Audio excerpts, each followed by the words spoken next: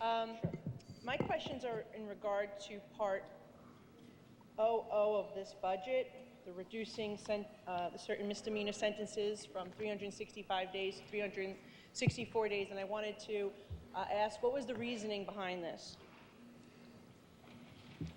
Well, we did talk about this earlier, so let me, as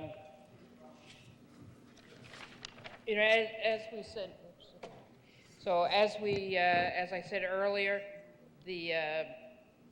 well, first of all, there's minimal fiscal impact overall, though it may result in small savings going forward. But the purpose of the bill is to reduce collateral consequences in some instances stemming from a sentence of 1 year or more. And what would that consequence be? So as I stated earlier, I'm aware of 3 possible consequences. Some states, a few states, restrict or deny voting rights based on conviction for an offense with a sentence of 1 year or more. But we don't do that. No, but we don't. But there could be a resident of a different state, or someone could move from this state and be impacted. As a few states expressly deny employment or licensure in some professions based on conviction. And as we discussed, right now there are actually 50 grounds for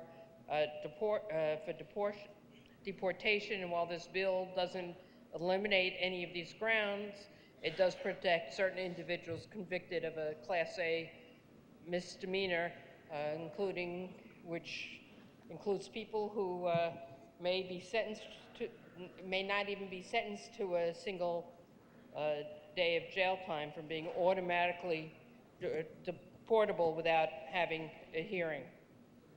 And actually, I mean, just as a point of reference, only 4% of those convicted of a Class A misdemeanor offense are actually sentenced to 365 days of jail time. So it doesn't really reduce the amount, it doesn't change the amount of time that someone would be in jail, but it does remove the potential of collateral consequence to them.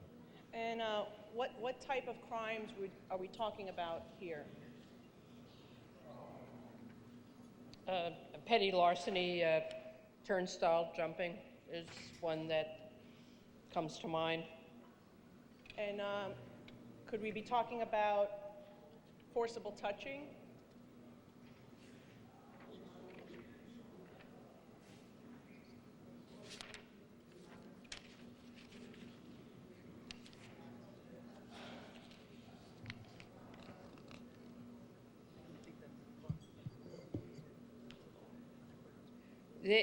We don't think that would apply, but misdemeanor sex crime convictions. Well, forcible touching, is it all Class A misdemeanors? Correct in terms of the changing to the 364, but if you wanted to just focus on, I think where you're going is to want to focus on the potential of deport somebody. Well, I mean, my question is, so misdemeanor, Class A misdemeanors, I mean, that would include, forcible touching, it would include aggravated harassment, now certain degrees of it, not all degrees, but certain degrees. Right. But forcible touching, aggravated harassment, sex abuse, criminal possession of stolen property or weapon, insurance fraud, welfare fraud, ID theft, assault in the 3rd degree, stalking. I mean, so my question would be, why are we going to such extremes as a legislature to protect individuals who are not only here unlawfully, but are committing these types of crimes on top of it, particularly... It's not just people who are unlawful. We don't change... But that was really the impetus behind this, It is still a Class A misdemeanor.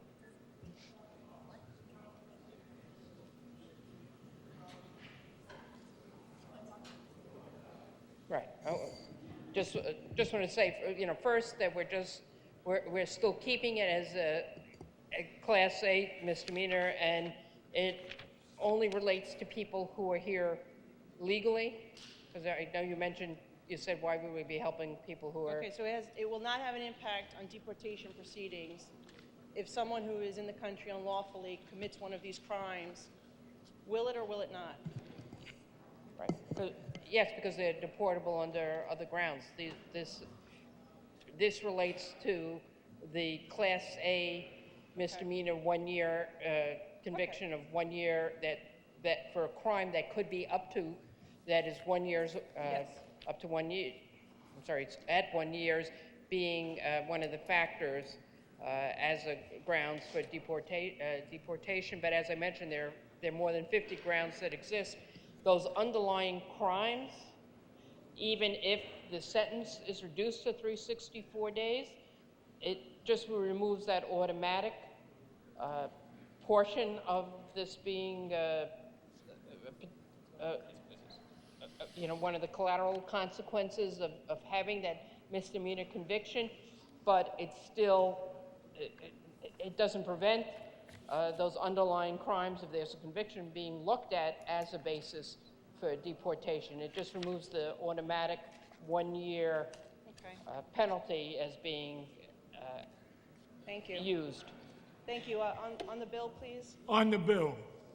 Mr. Speaker, I find it extremely problematic that we're going to such great extents in this legislature to make life easier for those who are committing crimes. Now, whether it be the bill that we debated earlier, which would prevent or prohibit an individual who is a felony drug offender to have their license, driver's license, suspended, whether it be this legislation that would now reduce the sentencing of misdemeanors of Class A from 365 to 364 just so it doesn't trigger deportation. I mean, look at these crimes, forcible touching and sex abuse. I mean, why are we going to such lengths to protect individuals who are in this country unlawfully and committing crimes against either other immigrants or our citizenry? I think that is really wrong, and particularly a crime like sex abuse and forcible touching, among the other ones, aggravated harassment, criminal possession of stolen property, criminal possession of a weapon, insurance fraud, welfare fraud, ID theft, assault, stalking. Next, we're going to be taking up a bill that gets rid of bail in our state for 90% of individuals who are charged, and not even put in a provision that would consider an individual's threat to public safety. I mean, are we here to protect law-abiding citizens, or are we here to help protect individuals who are committing crimes? I mean, so far in this budget, I've seen that the winners are criminals, illegal immigrants, and guess what? U-Haul. Those are the winners in this budget. Okay? The losers are the law-abiding citizens who pay us taxes to actually put forth a fiscal document that provides the basic things that government should be providing its citizenry. And the second thing is, this shouldn't even be in the budget. It has no fiscal ramifications, as the sponsor said. So the idea that we're taking up this controversial policy and sneaking it in the budget is, I think, wrong, and it's not in the best interest of protecting the public who elected us to be here. So I'll be voting no against this bill as well.